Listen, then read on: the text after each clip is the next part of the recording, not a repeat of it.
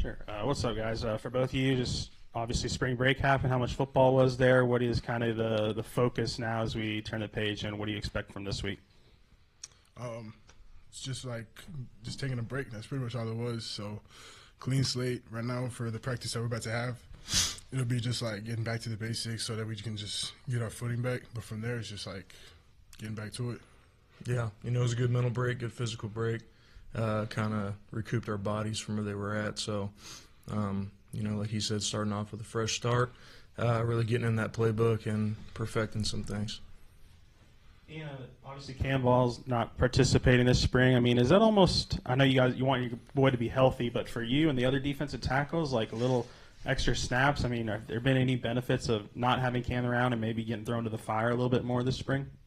Yeah, I'd say that. I mean, I feel like just the fact that – like it's a new year that I've been put into the fire way more, but I'll say that with Cam Ball being out, he's like another coach pretty much. And then we're also getting David Oki back today too. So our numbers are good. The snap count is really good. I think I like the amount of snaps that I'm getting, and then from there it's just about everybody else, and then seeing if we can get more or less for everybody else who needs them, and whoever we think would be best to put on the field. Caden, take us through kind of your recruitment process in the transfer portal and your decision to come to Arkansas. One of the main goals for me in the portal was to get a little closer to home, Texas kid, so family is really big for me. So, the SEC, there's a lot of schools that are closer to Texas and Florida. So, that was a big drawing factor to here. Coach Mateos has coached a lot of great centers in his career. So, just seeing that. So his resume, coupled with the fact that Arkansas is a 4-hour drive from my house, and it's in the SEC, really drew me here. Ian, Coach Pittman has talked a lot about the progress you've made and him being impressed with that. Just where do you feel like you've made strides, whether it's through this spring or with some of the playing time that you got last season? Just technique, really. I'd say the most strides that I really had was just with me and Coach Adams talking a lot about just being violent and then knocking back, just like textbook football, really. And so it's just something like it's funny because it's not supposed to be that hard to just push a guy back, but at the same time, it took so many days to get here and realize I can do this better, I can do this better, and so from there it's just about fine tuning, and then from there we can play to the best of my ability. Ian, I think a major storyline with you is your weight. You're a big guy. Where are you checking in at right now? Kind of what's your journey been like in that regard? I hit the scale today at 382, so down a couple pounds from what y'all probably know about, but. I'd say for a fact I came in at 397, but even then my composition was way off the charts. But now it's definitely much better than what it used to be. My body fat percentage, I'd say, well, last time I did the scan it was about a month ago, and it was 32% body fat. So that's where I'm at right now. But me and Coach Stowers are still working to get it down. The goal is to be about 370 by maybe the end of spring ball, but I don't know about that one. We'll see what happens when we get to the summer workouts. And I think Coach Pittman, when you signed here, it was really complimentary of your athleticism at your size. Is that something that's always been there with you? I mean, I assume you've always been a big guy, or have you always been kind of more on the athletic side despite that size? Yeah, I try to be at least. I mean, I always bring up the handstand I did my OV on my official visit. So, but I mean, even then, it's I just do what I do. It's not there's no proof to the pudding. It's just whatever you put in comes out, Yeah, have you always been able to do a handstand? Where did that come from? I kind of just winged it. I tried a little bit. I knew I could do a cartwheel, so I was just it's easy. Just stand still next time. Don't go all the way. And you played with KJ Jefferson last year. You played for Gus Malzahn, two guys that know Arkansas. I'm curious, in the process, did you talk to those guys at all? Get their opinion on Arkansas? If so, what did they say? Gus was recruiting me at Florida State, so when I told him I was interested in Arkansas, he didn't have any bad things to say about it. He still loves the school, so yeah, and he was excited for me at the end of the day when I ended up telling him I was coming here. So. And you said Coach Mateos was a big reason that you decided to come here. How have you found it working with him so far, and then also with the rest of the offensive line unit that has a few other new faces too? Yeah, well, the hardest part about transferring is learning a new language. So, all the calls in this O-line room are completely different from my old O-line room. So that's been the hardest part, adjusting to the culture. And then, just learning his technique, completely different. So I'm enjoying it. I think it's better suited for my skill set instead of, where I was at. So. Can you kind of expand on that? Like, what do you mean by, better for your skill set? Yeah, so, UCF was very inside zone based. Here it's a lot of pin and pull, wide zone, so I'm running a lot more. I feel like I'm more athletic than I showed within the past couple years because I really couldn't do anything else just because of the style of offense I was in. So, now we're running a lot more, so I'm excited to show what I can do this year. And then, Ian, for you, when there's kind of a target physique that's at the top of your agenda every single day, what's the motivation for you when you wake up? The motivation is, it's just what I do now. You know what I'm saying? Like, just my why personally, I would say, is my mom and my sister back home to begin with. So whenever I'm trying to work to a goal, specifically my weight goal, they're the two I think about. And then just from there, the opportunities that open up to me and just everything else that God offers me too. So. Yeah, and it's only been 2 weeks, and then you guys had the break, and now you guys are back at it. So not much time at the start. You're just getting back to basics. But what's something that your unit has done well in the first 2 weeks? Something that you really want to continue to improve the next 3? I'd say I'm gonna start off with just getting like the bad stuff out the way. So the stuff that I feel like we need to work more on is communication down the line, specifically like just between the snaps and stuff like that, pre-snap movements, pre-snap views, things of that such. But the things that we really work well with is the interior run game, and then even then like on the working pass on the edges as well. So. And then, Caden, for you, obviously, some new faces on this line. It's almost tough in a way to kind of have to step. I mean, obviously, a break is maybe always welcome, but is it tough to, step away when you just want to keep working with the guys, meeting them?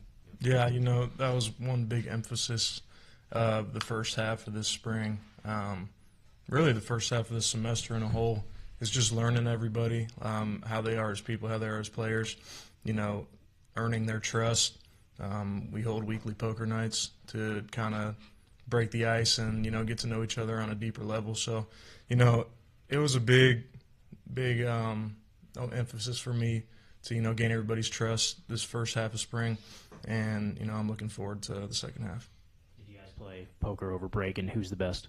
I went home over break. So, the best, Blake Ford's a pretty good poker player. But, yeah, we're all just having fun at the end of the day.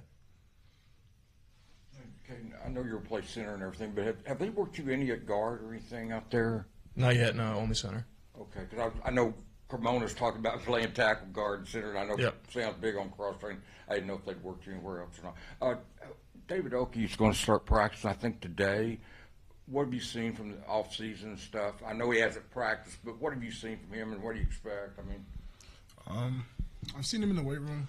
He's he's strong, he's fast. I expect it to be a really good addition to the D-line, and it'll be like nothing's really changed if me or Danny couldn't be able to play. So. Charlie Collins, Quincy Rhodes, Kavion, those guys didn't play a lot last year, but what have you seen from them at defensive end? Do you feel like they could step in for Landon and Anton, those guys, and keep it going there? Yeah. Coach Adams has a saying that we always say in the room. He says the expectation does not change no matter the people in the room. So even if Charlie, Quincy, or Kavion can't meet that standard, they still have to one way or another. So, but what I believe that, or I think I'd say the room believes that they all could step up to the chance or to the challenge and end up probably even exceeding those expectations as well. And Boone and Talley picked up the defense pretty quickly. Yeah, I'd say so. Boone and Talley. Boone can't really, I know Boone has this tendency of standing up before plays, but it was like a couple of tweaks and stuff that we had to take out, so now he has to put his hand in the dirt.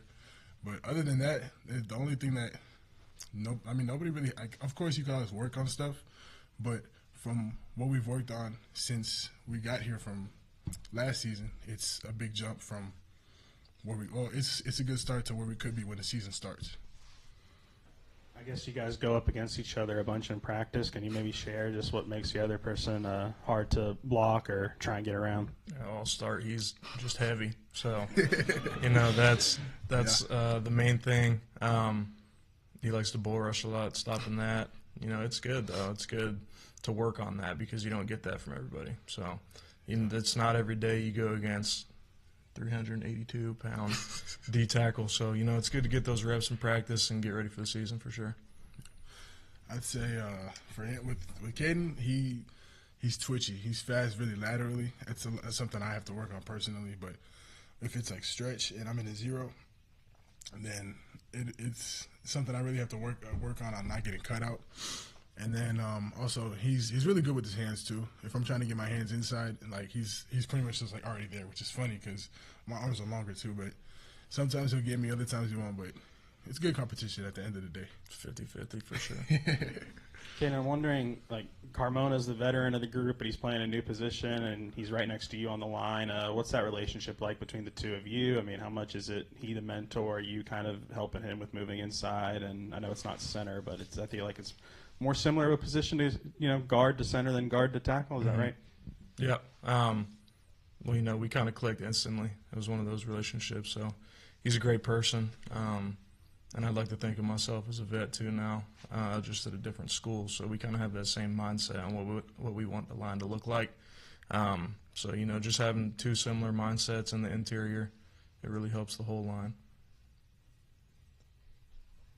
Ken, how's the relationship with Talon, and how much has he helped? I mean, obviously he's not an offensive lineman, but how much does it help having a guy that's been in the system at quarterback? Yeah, he's an expert at what he does, or at least he tries to be. So, that's inspiring with me getting in the playbook and everything like that. So he's always grinding, always working on his craft, always watching film, doing something to help the team. So just seeing that, me and Talon met a long time ago, so he helped me in the recruitment process as well. So, just his commitment to the game is honestly inspiring, and it makes me want to do better as well. So did you know him before the portal process? How did you know him? I met him on my visit to Boise State in high school. So one of my 5 official visits was Boise State, UCF, whatever. I ended up choosing UCF, but I met him on that official, and we've been in contact since. So I actually stayed with him first couple weeks here because there are people that are in my house that I currently have. So, seeing him away from football as well was really big, in that relationship process. And Ian, with your weight, how do you? I mean, obviously the weight room has a big deal with it, but is there anything you've changed, like with your diet? Like, is there anything you've had to give up that you didn't necessarily want to, or kind of how's that gone? Yeah, there was a few things I had to give up, just bad habits. Like, sometimes everybody just wants to go out to eat, like the McDonald's down the street, stuff like that. Or, at night when you get a little hungry. So it's just stuff like that I had to cut out, be smarter about my meals, and then have a good schedule around my schedule, like just have a good schedule eating around my time of the day and such like that. And you've got a lot of snaps next to Danny. How has he improved since last year?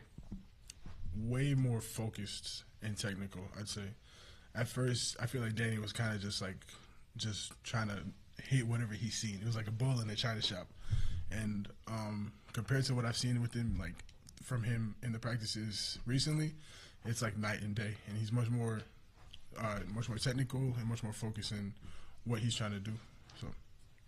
And with your athleticism, when you were younger, like playing pee-wee ball, like were you always a lineman, or did they ever give you the rock, or how was that? Funny enough, I didn't really start playing football until like 6th grade. So I didn't, but I've been put at tight end a couple times in practice, catch a couple passes. I've ran the ball once, and that was in 8th grade. But ever since then, I was just an O-line, D-line guy. How was that one rep at running back? It was good. It was a 2-point conversion, so I can't really say too much. But y'all know the level of high school I played at, so it was pretty easy to score. So. That was a great job. Thank you. I appreciate you.